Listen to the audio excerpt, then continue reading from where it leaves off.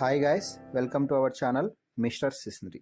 Big Boss Telugu season 9 ఈసారి చదరంగం కాదు రణరంగమే అంటూ ప్రారంభమై ఈ సీజన్ ఘనంగా ముందుకు సాగుతుంది.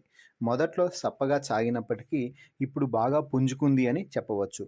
ఇక ఈ వారం ముగింపుకు చేరుకోవడంతో వీకెండ్ రోజు అంటే ఈరోజు host king Akkineni Nagarjuna Bigg Boss stage మీదకైతే రావడం జరిగింది. ఇక బిగ్ బాస్ స్టేజ్ పై నుంచి హౌస్లో ఉన్న కంటెస్టెంట్స్తో మాట్లాడుతూ కొంచెం గరంగరంగానే మాట్లాడాడు నాగార్జున. ఈ నేపథ్యంలో కామనర్స్ కోటాలో బిగ్ బాస్ హౌస్లోకి ఎంట్రీ ఇచ్చినటువంటి ఆర్మీ సోల్జర్ పవన్ కళ్యాణ్తో మాట్లాడుతూ ముందుగా ప్రశంసల జల్లు అయితే కురిపించాడు. అలాగే చివర్లో చివాట్లు కూడా పెట్టడం అయితే జరిగింది. ముందుగా నాగార్జున మాట్లాడుతూ, పవన్ కళ్యాణ్, నువ్వు మాట్లాడే విధానం చాలా బాగా ఉంది.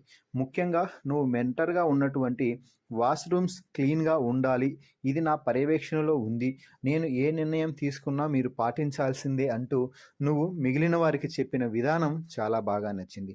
ముఖ్యంగా సంజనాతో జరిగిన గొడవను గుర్తు చేస్తూ పవన్ కళ్యాణ్పై ప్రశంసల జల్లు కురిపించారు.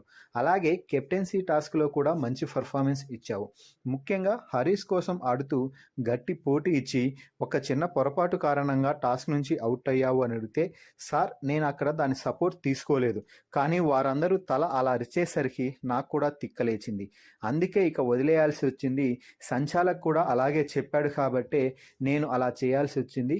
ఆ తర్వాత హరీష్ గారికి మొత్తంగా పరిస్థితిని కూడా మంచిగా ఎక్స్ప్లెయిన్ చేశాను, ఆయన కూడా అర్థం చేసుకున్నాడు అంటూ పవన్ కళ్యాణ్ అయితే చెప్పడం జరిగింది.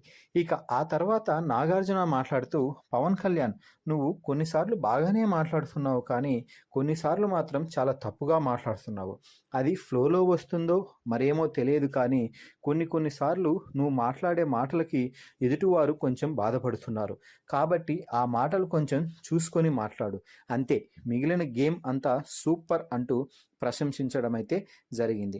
ఇక ఆ తర్వాత ఇంకొక విషయం ఏమిటి అంటే, నువ్వు ఓనర్గా ఉన్నప్పుడు ఆపోజిట్ టీంతో ఆడుకోవాలి, కానీ వారిని అలా గాలికి వదిలేస్తే ఎలా?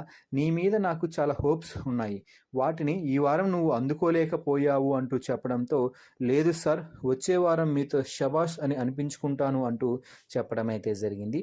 సో మొత్తంగా నాగార్జున పవన్ కళ్యాణ్తో మాట్లాడుతూ కొంచెం పాజిటివ్గానే మాట్లాడటం ఇక్కడ గమనించాల్సిన అంశం. ఫైనల్లీ నాగార్జున సోల్జర్ పవన్ కళ్యాణ్తో మాట్లాడటం, అలాగే చెప్పిన సలహాలపై మీ అభిప్రాయాన్ని కామెంట్స్ రూపంలో తెలపండి.